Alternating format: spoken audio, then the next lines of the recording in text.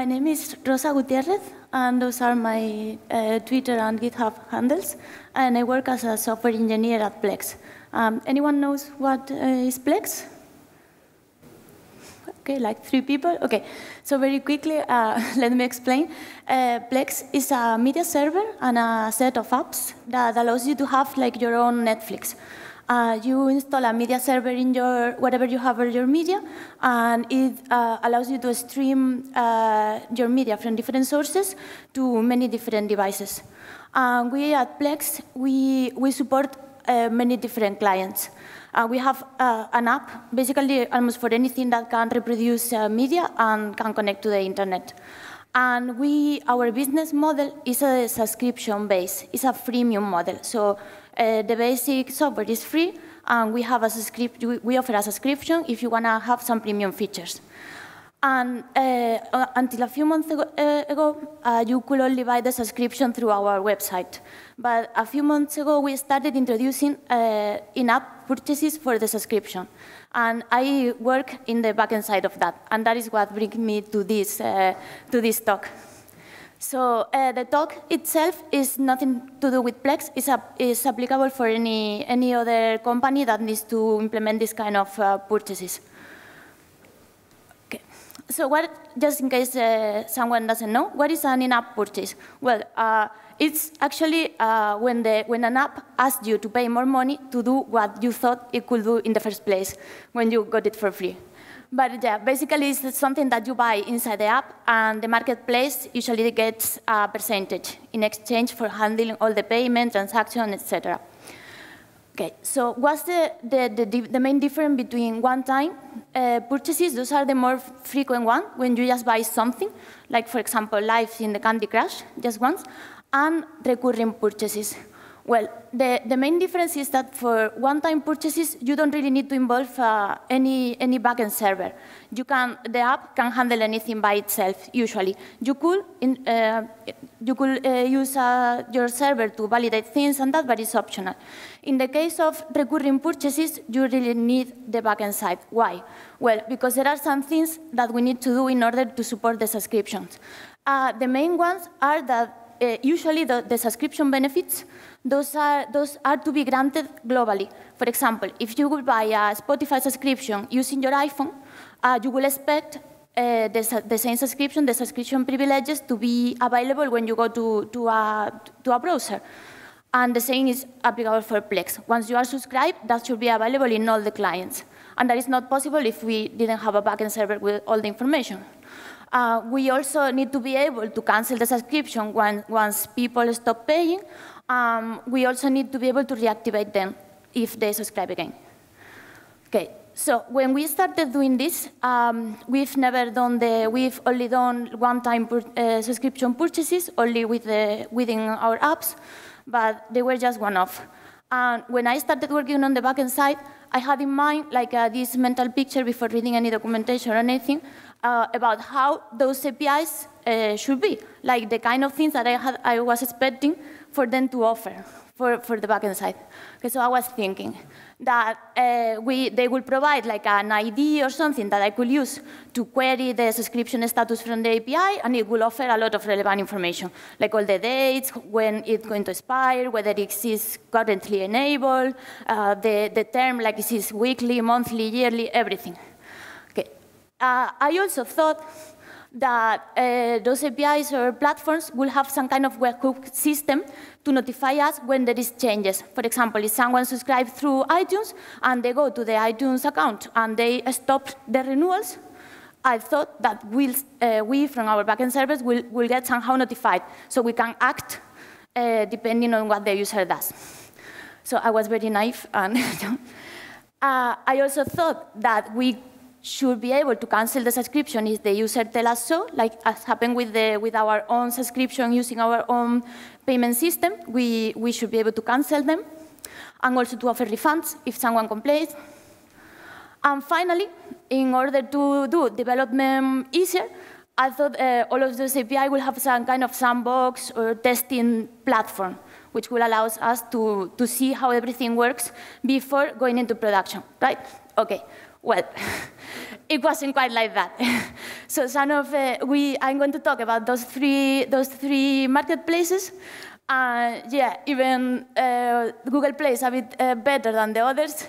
In general, this wasn't a happy path. So basically, this talk is just an excuse for me to rant about all of those marketplaces and APIs and everything. Also because it's not only that they didn't have most of the things I was expecting, I was taking for granted, but they also had so many strange things that we saw all the way. So I would mention some of them in case you ever have to implement this kind of thing for your company or your own project. So you at least it will sound familiar to you. Okay, so let's start with iTunes. This was the first one we did. You remember I said that I was expecting to have like a simple IDs, so I could query a subscription to identify each purchase and that. Well, this is the simple ID that iTunes gave us. Yeah, so this is like a huge base64 encoded string, which contains all the receipt data. This, of course, it didn't fit in the database column indexed that we have for our own subscription IDs and everything. And yes, we, in order to get all the information from iTunes, we need to submit all of that. So how does this work in general? Well, when the user goes to the iPhone, to the Plex app or whatever app, and buys the subscription, all of that is handled by iTunes, and iTunes sends to the app that huge encoded receipt. Then the app must send that to the receipt and all the authentication tokens, so we know which user is purchasing the subscription and everything. It sends to us. Now, what we need to do is take that receipt, post it to iTunes, ask iTunes, okay, is this valid? Is all other features of that subscription, right? And if everything is okay, we need to grant the subscription privileges in our backend. This diagram will be mostly the same in all the three marketplaces. Okay, so let's back to the iTunes case. So apart from the huge receipt, the process is quite straightforward, and iTunes does have a good sandbox to test. Basically, just the only difference with the sandbox and production are the URL, where you have to post the data. So you basically form a payload with the huge base64 string and some shared secret that you configure in your iTunes account. Then you get a response back from iTunes. The response has a couple of important fields, like the status, in which you can see if there was an error and what kind of error, or if it was okay, and get some information about the receipt, so that decoded information from the receipt. And a latest receipt. We'll see that later, like why is that important. But basically, once we parse the response, we act if it was okay, we grant the subscription privileges, and we store the latest receipt for the next time. Okay, so that will be the latest receipt info. This field has something like that. It's a JSON with all of the data. From that, the relevant fields, I had put them in blue. We have the expire date is when the subscription period ends. Not necessarily means that the subscription is going to be canceled, but it's that expire the current period. If the user has the subscription, has the auto-renewal enabled, it will automatically renew, and iTunes will charge the subscription price again. So that is that data, even though it's called expired date. Then we have a transaction ID, which is a unique transaction ID for each subscription purchase. And finally, the product ID. And that is very important because of the following. We need to check those two things. And this is something that we've seen in production. I'm going to start with the last one, the product ID. So there are some background apps that you can install in jailbroken iPhones that will allow you to get in-app purchases for free. And they craft a receipt, a valid receipt for iTunes, and they will use to spoof those receipts. So they will replace the receipt that is sent from iTunes with a fake one that is valid for iTunes. So when we send that fake receipt to iTunes, iTunes will say, okay, yeah, this is valid. So we really need to check that the product ID for that receipt is actually what we have configured in iTunes. That one that I put there is a very famous one. It's very used. If you Google that, you will see that it's a very, very common one for hacking in-app purchases. And then the transaction ID. That is unique, and we use it to check for duplicates. We have seen also this in production, that some people, they just go to a friend's iPhone that is subscribed to Plex, and they sign out of their account, they sign in with their own account, and the iPhone still has your old receipt for your friend purchase, and you send it again as if it was yours. So you could get 2 subscriptions just for one. So that's why you need to check that this same purchase hasn't been used before.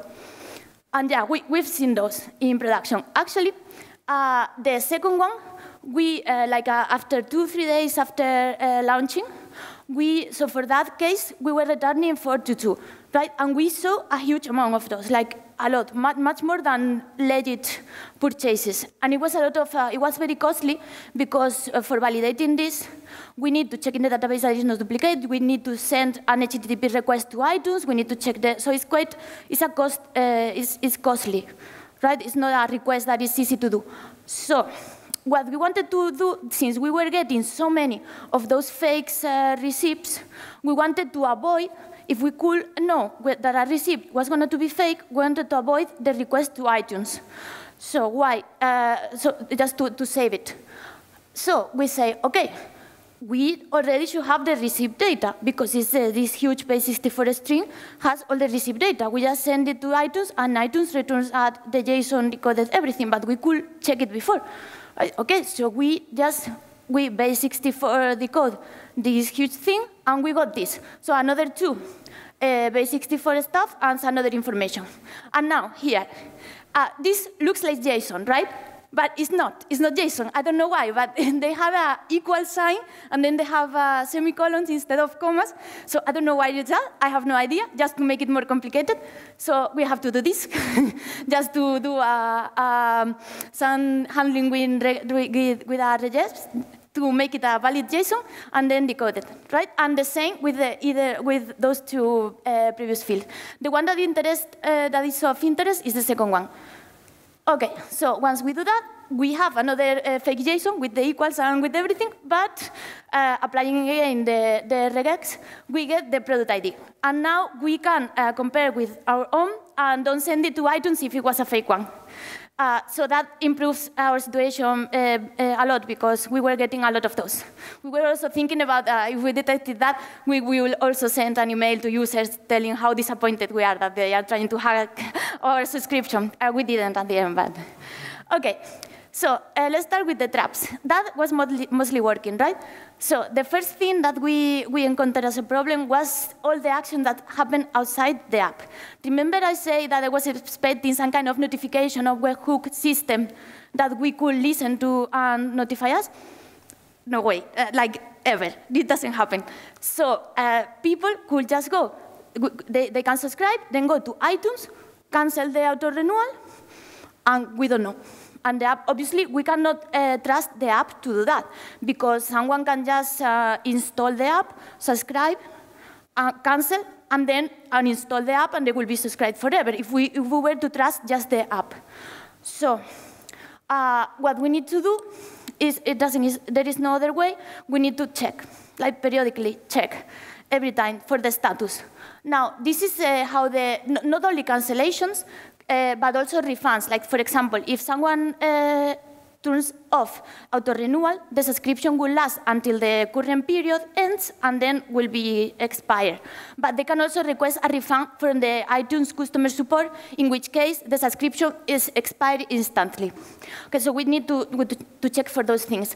And this is how the response from iTunes look for an expired subscription. So you get a different status code, and you don't get the latest receipt info as before. You get a latest expired receipt info with all the huge base64 for that. So that's why we detected. And yes, we only notice when it had already expired. So we don't know if a user goes, so for example, for a monthly subscription, they buy it on day 1, and then they cancel on day 2, we won't know until the end of the month, because until the end of the month, we won't get that response for iTunes. So well, we can live with that. For monthly, it's not that bad. So what we have for that is basically a cron job that checks every day, get all the active users that are subscribed through iTunes, check for the status. We also, just since we are doing this, we can also use the same job for renewals, to detect renewals. We use that just for our revenue and stats reports. So when the latest receipt changes, remember that we have stored the previous one. The new one will have all the different data, so the huge basis for string will be different. So we compare, and if they are different, we store like it's a renewal. So we know that the user had been charged again. This is good because revenue reports from Apple, they are also very, like they take a couple of months or so to get, and in this way we can get it sooner. And well, and the last one, the one is super annoying, but is what we have to do. So reactivations. It turns out that you can go to iTunes, cancel the subscription, let it expire. So everything will be removed, you won't be subscribed anymore. And then you can go to iTunes again and turn on auto renewal. This, obviously, for us, with the cron job, we cannot check it with the cron job because we are not going to be checking all the time for everybody that was once subscribed in the past. So this is ridiculous, like it wouldn't work.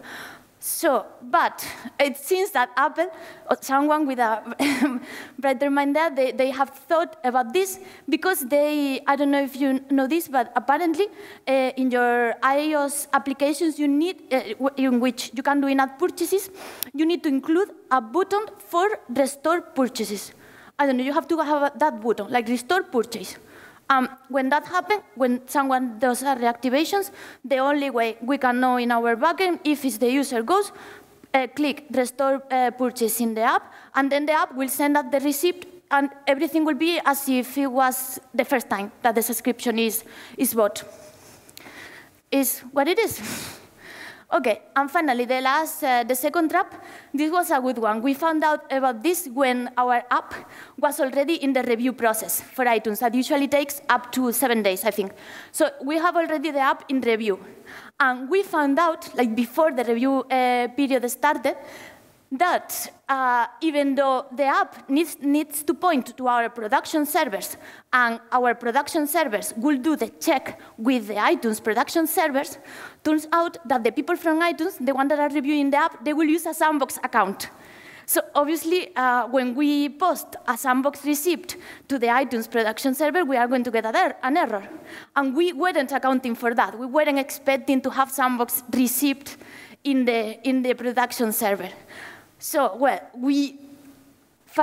luckily, we found out this 1 day before they review the app, and we could add support in the backend for this, which is mostly basically check with the production URL, and if you get a specific error code, which is 21007, that means that the receipt was actually for the sandbox, then we will just send the receipt to the sandbox and check that. This works okay because it's not like anybody can go and create a sandbox account for your app. This is something that you create yourself from your iTunes account, so it's okay, and we fix it.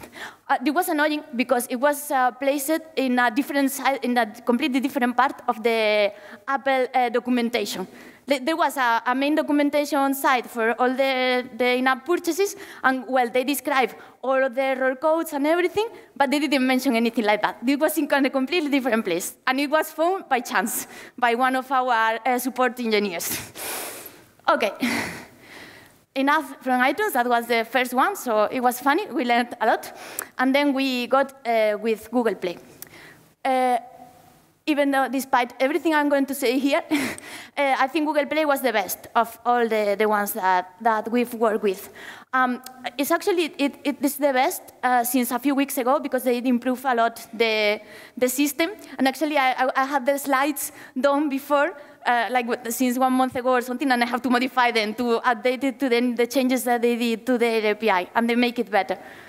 Okay, so as I said before, the mechanism is very similar to iTunes. All of those work the same.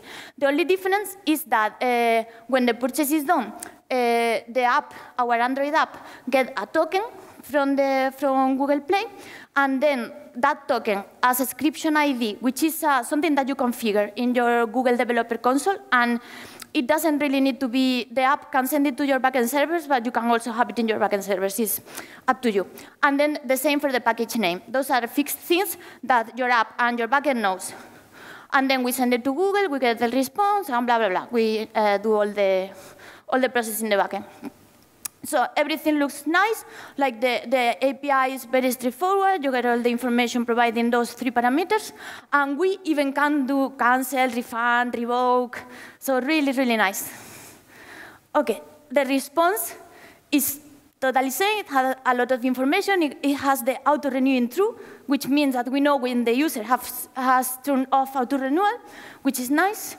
And yeah, we have these fields here. Those were added less than 1 month ago. And before we didn't have them, things were a bit more complicated. I'll say why. OK, so when we started testing this, I started playing a bit with the tokens like we got, like to see the kind of responses we got from the API and that. And I was just playing with the token, and by chance, I noticed that modifying anything there, anything, Google Play will say, yeah, this is valid, and they will return the same data for all the tokens. It's like we got in touch with Google, but they didn't really explain, they never say why, or they never explain why that happened. We still don't know. But well, it turns out that you can just buy 1 subscription, then modify the token, just the first part, and then use that one just to get another subscription, right? So we really need to prevent this from happening. Because if we just send the same token and we get a valid subscription, then we are done. OK, so this is the way to solve this. And this is the way that Google recommended after they have introduced the developer payload. But it wasn't available a couple of months ago. So we weren't doing different things to tackle this problem. I will omit all the bad details about that. So yeah, but basically the way to fix this is to use the developer payload. This is a payload that the app, your Android app, sends to the Google API when the purchase is being done. They say that it can contain anything unique to the user that your backend knows. For example, a unique ID, username. Yeah, it depends on your system. So we send some kind of ID and username. And when you send the token to the Google Play API from the backend, it will return the same developer payload that your app sent. So this is a way to really verify that the purchase belongs to the user, to the user that is sending the subscription for your app. So yeah, we use that. OK, traps. This one we found out because sometimes users in our company, and I guess in many companies, they get angry. They buy things by mistake, they want to complain, and they contact support, our support team. And they were providing those numbers, those kind of numbers, right, to ask about this is the order, they get that from a receipt that Google sends them when they do the purchase on the app. OK, so then those, how are they built? Well, this is also in a different part of the documentation, not in the main part of the documentation when the subscription, when the recurring payments are discussed. And well, this is very simple, but if you don't know it, you will miss all the information, and you won't be able to map an order number with a user in the Google Developer Console. So this is so the base merchant order number. This is something that the app can get from Google Play when the purchase is done. So what we did is to make our app to send us the base order number together with the other data. And then with that, in each renewal, we just need to append those numbers like this, like 2 dots, and then 0, 1, 2 in each renewal. This is, as I say, this is in the documentation, but in a different place. OK, so that is solved. Now, the kind of trap, not really a trap, but it was a bit annoying in the beginning. So with Google Play, we don't have a sandbox. They have some static responses, but those are useless because they aren't for testing only one-off purchases. So it doesn't allow you to test recurring purchases. So it didn't work. So we have to do all the testing in production.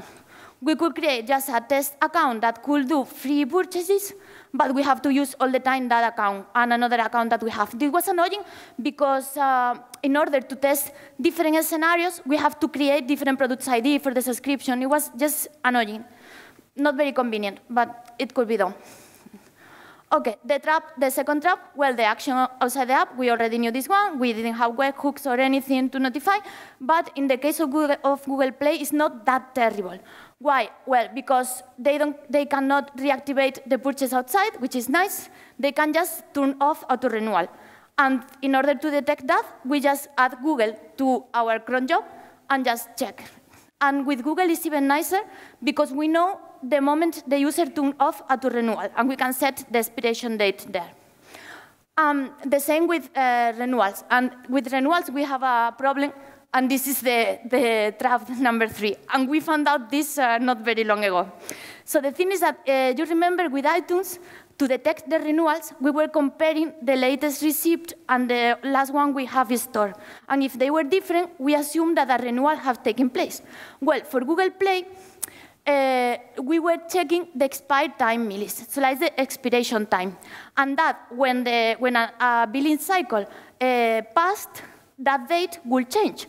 Like 1 month after, if it's a monthly subscription, so that will change. So we were checking that field. If that was different from last time, we will say, okay, auto renewal, a new renewal. Well, turns out that when there was we also found this by chance, because we saw some subscriptions, some monthly subscriptions, renewing every day for a week.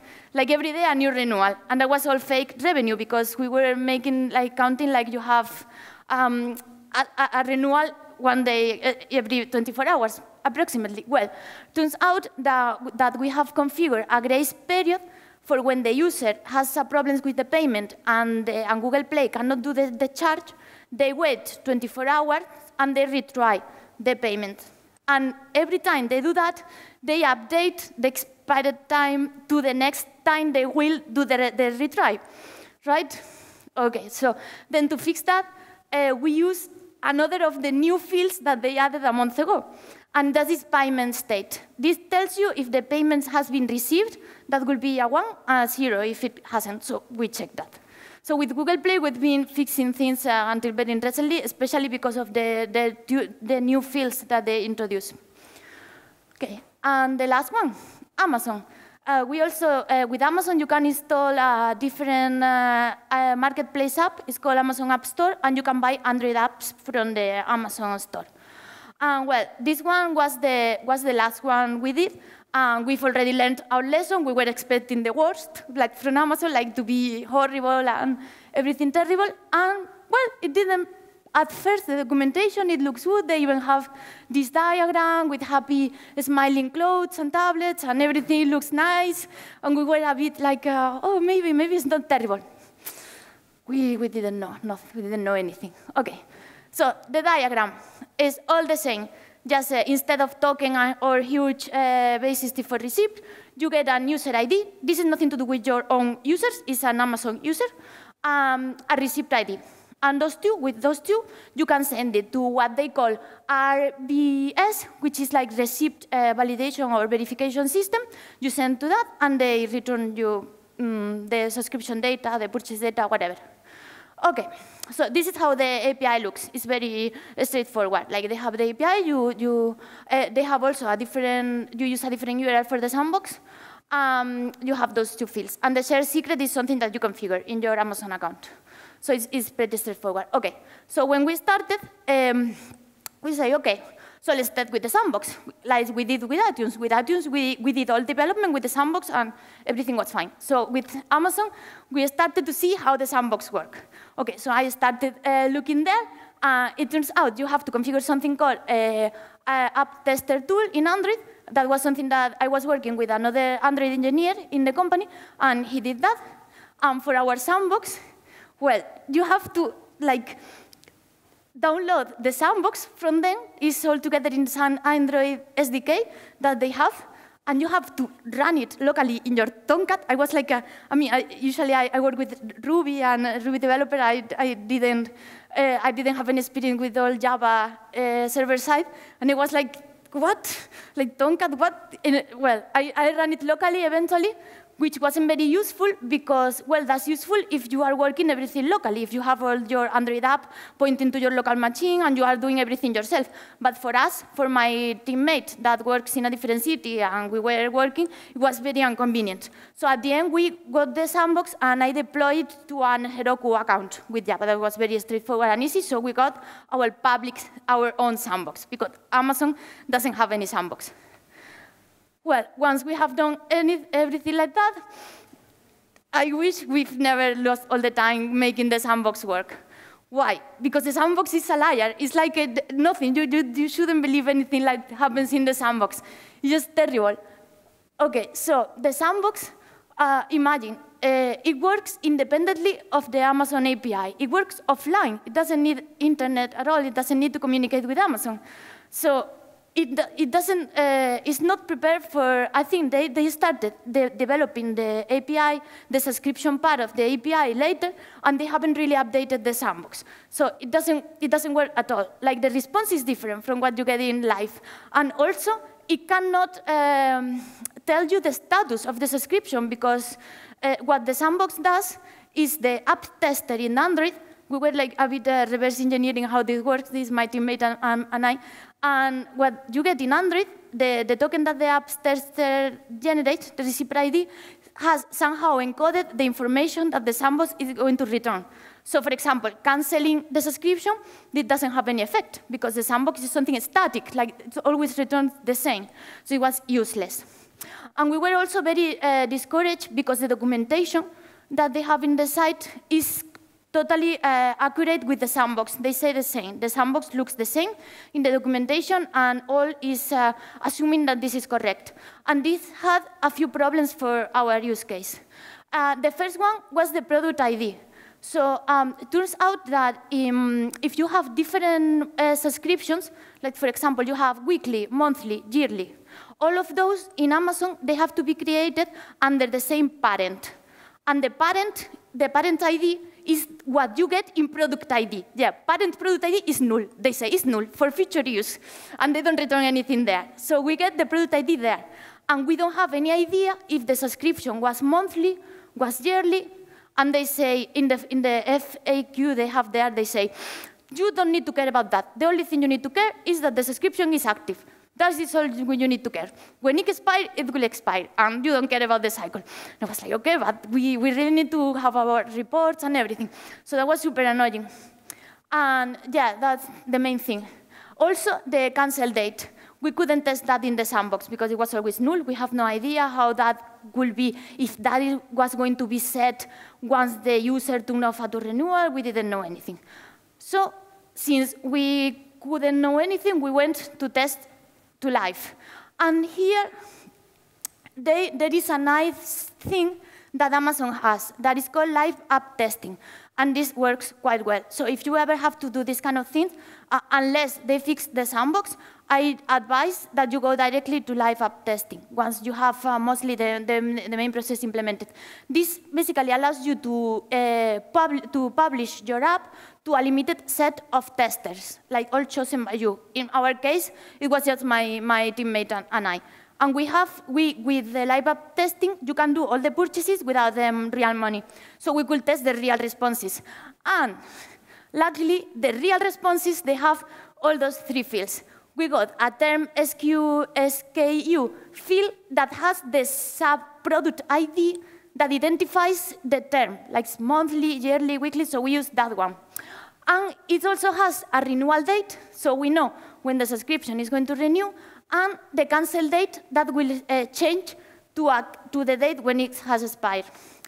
So yeah, that was OK. And the only trap we found with this so far, maybe there is something hidden that we haven't noticed yet, is that everything happens outside the app. And for cancellation, it happens exactly with the same with iTunes. Until even if you turn off auto-renewal the second day of the period, we won't notice until the subscription was lapsed. And yeah, so we do that, and we add Amazon to our cron job. And yeah, and that's it. And I was going to talk about Windows Store, but they haven't implemented yet the recurring purchases on their site. So right now, on the Windows App Store, you can only do one-time purchases. They don't do the recurring charges for you. So I was told that they may finish that by the end of the summer. And I had nightmares, like imagine how their API will look. But well, that's for a future talk. And that's it. So if you have any questions or anything.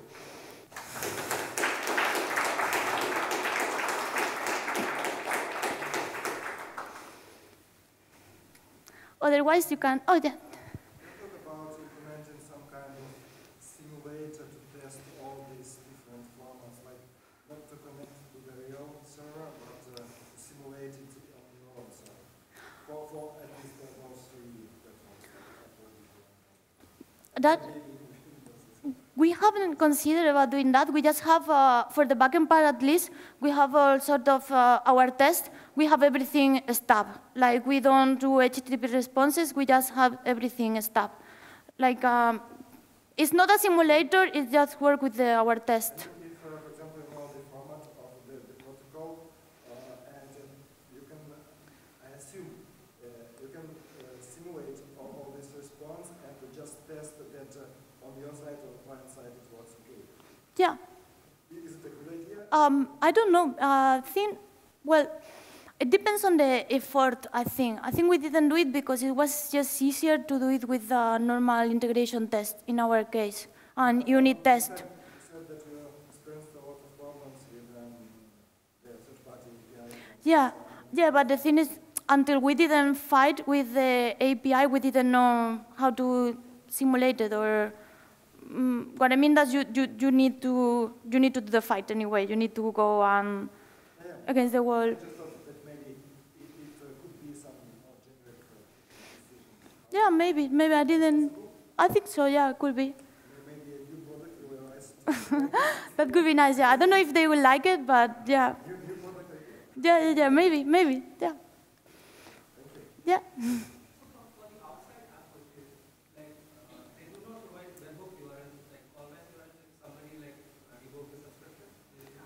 They don't, no. None of those three. We have another system that I didn't mention here because I guess it's not very known, but it's called the Roku. I don't know if you know the Roku device. It's like kind of set-top box that is very popular in the US and the UK, I think they have it as well. And there is something that you use with your TV. And we have an app for Roku, and they have also in-app purchases there, and they do have webhooks. We don't use them because we also have our Roku in the same cron job system, and we have to keep, I don't know, we don't have Roku being better than the others, and not many people use it. But it was surprising for me as well. I was totally expecting that all those platforms will have webhooks or anything, but they don't. Yeah, totally. Yeah, definitely. For example, in our payment processor, we use Braintree, and it has a lot of different webhooks that you can configure when there is a failure in a charge or when something is renewing or anything. You can configure like 15 or something different webhooks depending on events that happen in the subscription, and that is really useful because we detect things when they happen. But here there aren't any, not yet. Oh, I don't know. Maybe.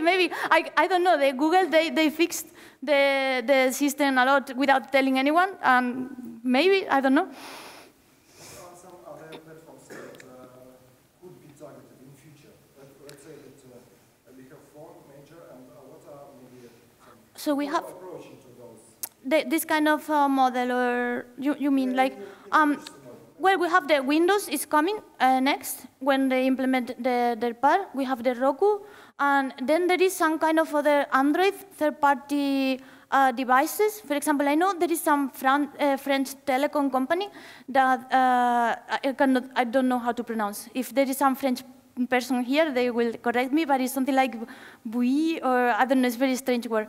But they sell some device with their own Android system, so made by them, and they had their own marketplace, and you can implement that purchases there. I don't know if we will do it. Is this a big audience, a big enough to For us, not sure, because it depends on how many users you have in France, because this is only for France.